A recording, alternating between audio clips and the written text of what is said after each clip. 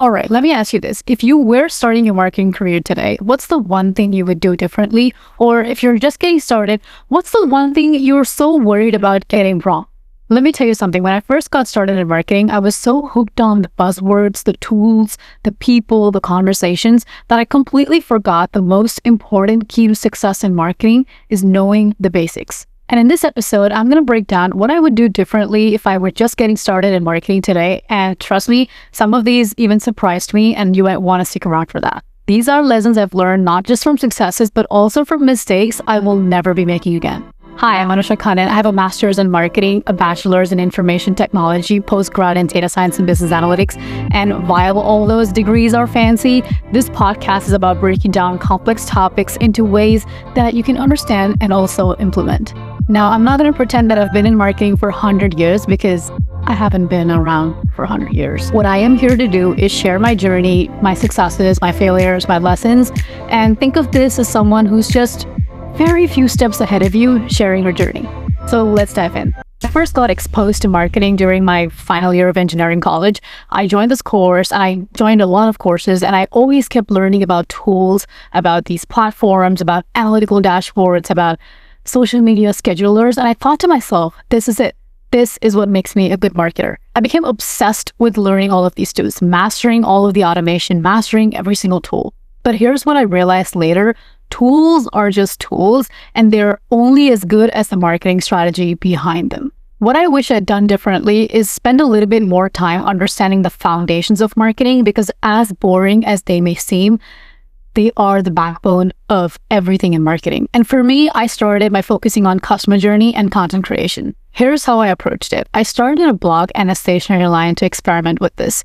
I asked myself, if I put out this type of content, what would the customer journey look like? And if the customer journey looks like this, what type of content wasn't resonating? The two constants I keep coming back to are why people buy and why people don't buy. If you can figure out those two things, any tool you use will actually become 10 times more effective. So if I were just starting out, I would focus on learning the basics. One book I read was Marketing Management by Philip Kotler.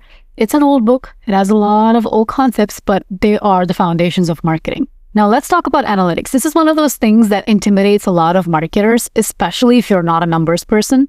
And here's the thing, I have a bit of an edge here. I got my postgrad in data science and business analytics.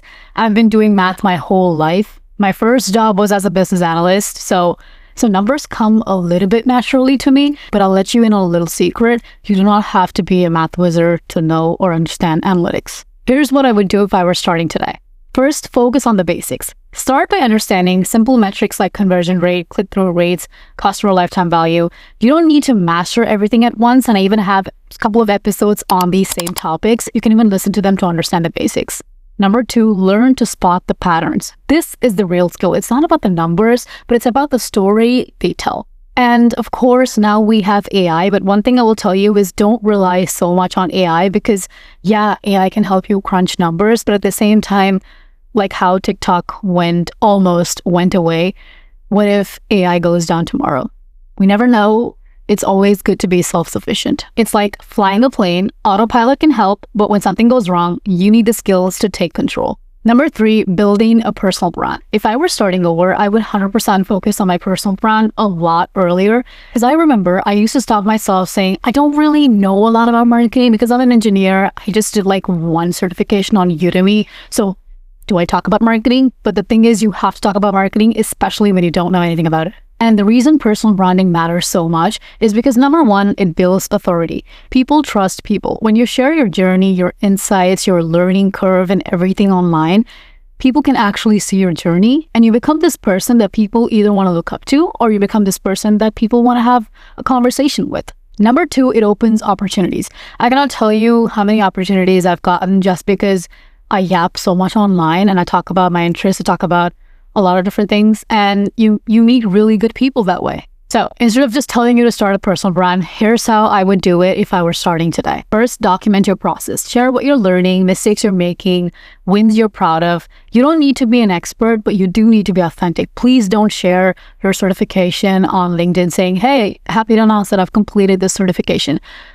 I don't know if people care. I don't want to make a comment on that, but I don't care. I personally wouldn't care if someone finished a certification because what does that give me? Instead, if you were talking about, hey, I completed the certification, here are things I learned from it, I will learn a lot from you, and I would think that you actually put in the time and effort to learn something out of it. Number 2, pick one platform. I'm not supposed to be talking about this, but I did pick LinkedIn as my first platform when I first started building my personal brand. So if I was just getting started, I would pick one platform and try not to be everywhere. If LinkedIn feels right for your audience, double down on that. Number 3, be consistent. I can tell you that nobody probably will interact with your posts, and that's totally fine, especially on those days. You definitely have to show up because consistency always beats perfection. Building a personal brand is not about being perfect. It's just about being visible and relatable. Number 4, the most important thing, the power of experimentation. The biggest thing I would do differently is experiment more. When I first started, I was so scared of making big mistakes that I didn't try new things enough. I wouldn't set up a campaign on Facebook. I wouldn't try my best to get a little bit more money for my mom instead of spending it on chocolates or something else. I could have gotten that money and ran a few ads to experiment and learn a little bit more when things were a lot more cheaper. And the truth is, best lessons come from experiments that do not work. If I were just getting started today, here's how I would approach it. Number 1, test small. Start with a tiny budget or audience. It's totally fine, and see what happens. See what you're trying to learn from it. Have one goal in mind. Say that, okay, I'm going to target these many people. I'm trying to see if people will buy my digital planner. This is literally what I did. I tested to see if people would download my digital planner, and thousands of them did do. I didn't have a goal in mind, but I would highly recommend having a goal in mind just to see, well, this is my hypothesis. Let's see if I can actually confirm this. Number 2, treat failures as data. If something doesn't work out, figure out why, because it's data. I always talk about failures as data. It's not a loss, it's a lesson. For example, when I first started my blog, I think it was called Anusha Navigates, or no, I think it was called Anusha Shares. I don't remember. But when I first started it, I remember I wasn't getting a lot of views, and I would literally post on my personal Instagram. I would just go and post on random Facebook groups, asking people to rate my blog and give their thoughts. And I was literally just tweaking, and I was always just making changes and seeing what worked and what didn't. And as I kept analyzing them, I understood that certain topics are doing really well as a blog and certain topics weren't performing that well. This was when blogs were a huge thing. So don't be afraid to fail. It's part of the process. So if I were starting on marketing today, these are the 4 things I would focus on. Mastering the basics, especially understanding the customer journey, getting comfortable with analytics, and learning to spot patterns. Building a personal brand that sets me apart, experimenting more, and learning from every misstep. Now, I'll give you a bonus. Every time I record my episodes every week, I tell myself, people already know this. But the truth is, someone reminded me that people don't know the things you think they know, or they might know them, but they might not be top of mind for them. And you think people know them so well because to you, that's just what's top of mind. And I love that advice so much. Now I want to hear from you. If you were just getting started in marketing today, what's the one thing you would do differently? DM me, leave a comment, share your thought on LinkedIn and tag me. And if this episode resonated with you, don't forget to subscribe, don't forget to like, don't forget to comment, share it with people that you think might actually benefit from this. And I have a newsletter called Elevator Gazette. It's right over there. Go to anushakannan.com/email list and subscribe and get newsletters from me twice weekly. Follow me on Instagram, LinkedIn, TikTok, any other platform, I guess. I even have a personal YouTube channel if you want to check it out right here. So go ahead and check it out, and I'll see you next week. Peace.